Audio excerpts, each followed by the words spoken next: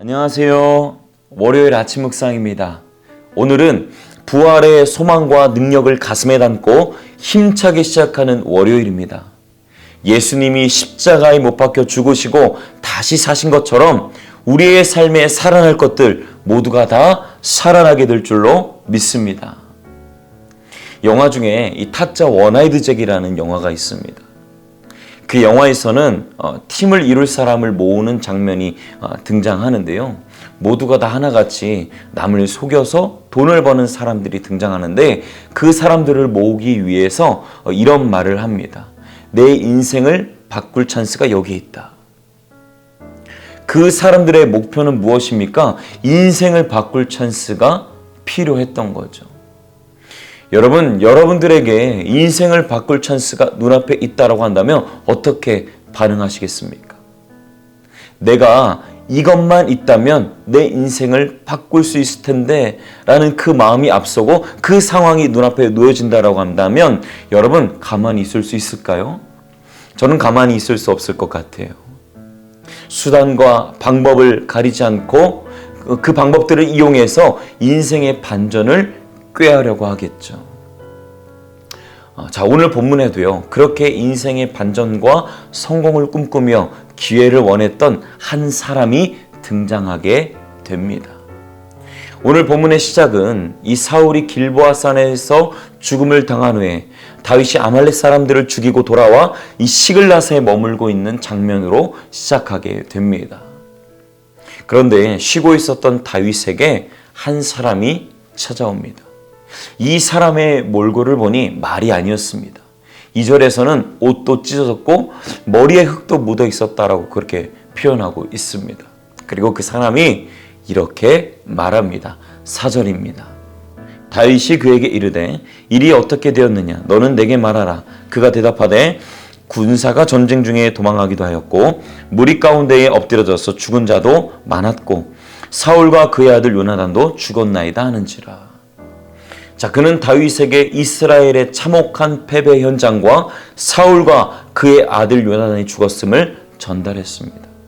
자, 그리고 다윗이 묻습니다. 어떻게 사울과 요나단이 죽은 줄 압니까? 라고 이렇게 물어보죠. 자, 그 과정을 이렇게 말합니다. 6절과 7절입니다. 그에게 알리는 청년이 이르되 내가 우연히 길보아산에 올라가 보니 사울이 자기 창에 기대고 병거와 기병은 그를 급히 따르는데 사울이 뒤로 돌아 나를 보고 부르시기를 내가 대답하되 내가 여기 있나이다 한즉. 자, 군대에 쫓기고 있는 사울이 이 사람을 불러서 말합니다. 그리고 사울은 창에 기대 있고 군대는 그를 따르고 있었다라고 그렇게 이야기합니다. 자, 그 사람을 부르면서 또 그렇게 이야기한다라고 9절은 이렇게 말합니다. 내 목숨이 아직 내게 완전히 있으므로 내가 고통 중에 있나니 청하건대 너는 내 곁에 서서 나를 죽이라 하시기로. 자, 내가 너무 고통스러우니 나를 죽여달라 라고 요청했다라고 이야기합니다.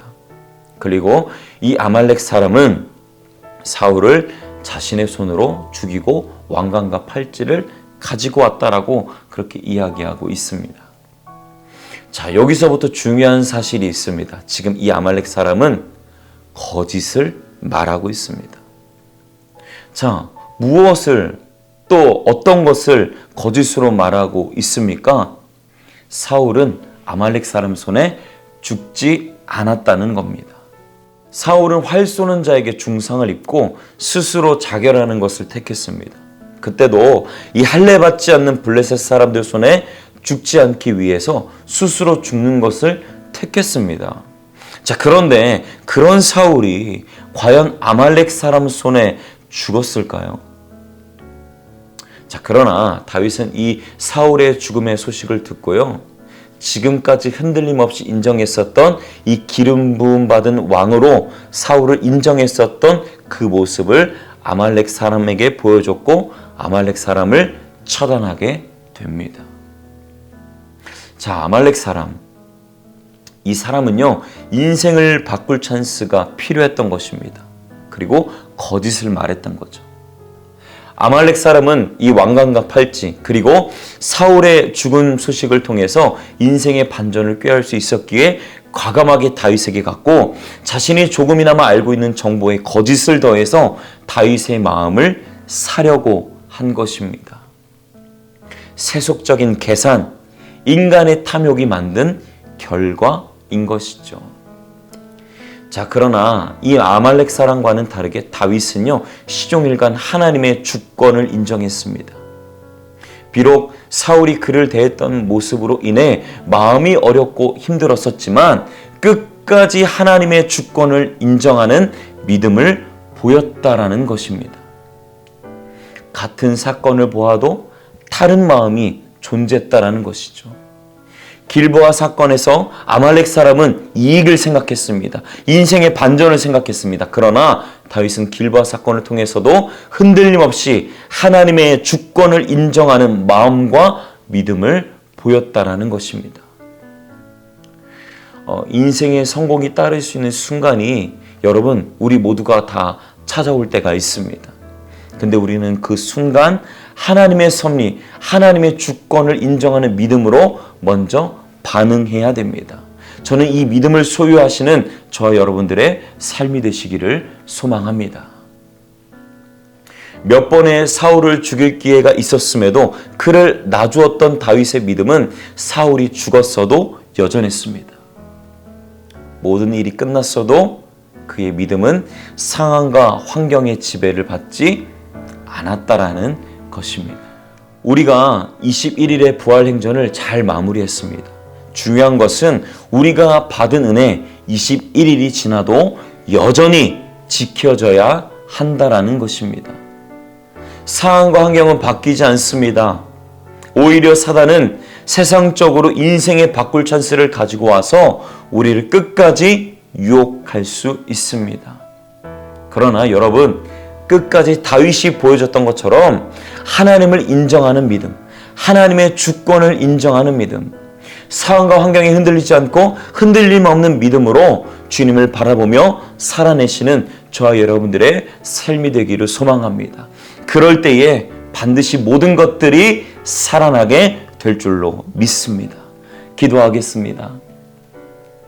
사랑해 주님, 내 인생을 바꿀 찬스가 다가왔을 때에 내 욕심과 감정으로 반응하지 않고 하나님을 향한 믿음, 하나님의 주권을 인정하는 믿음으로 상황을 보게 하여 주옵소서.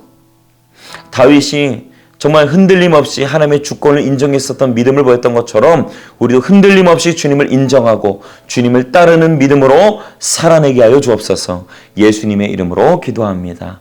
아멘.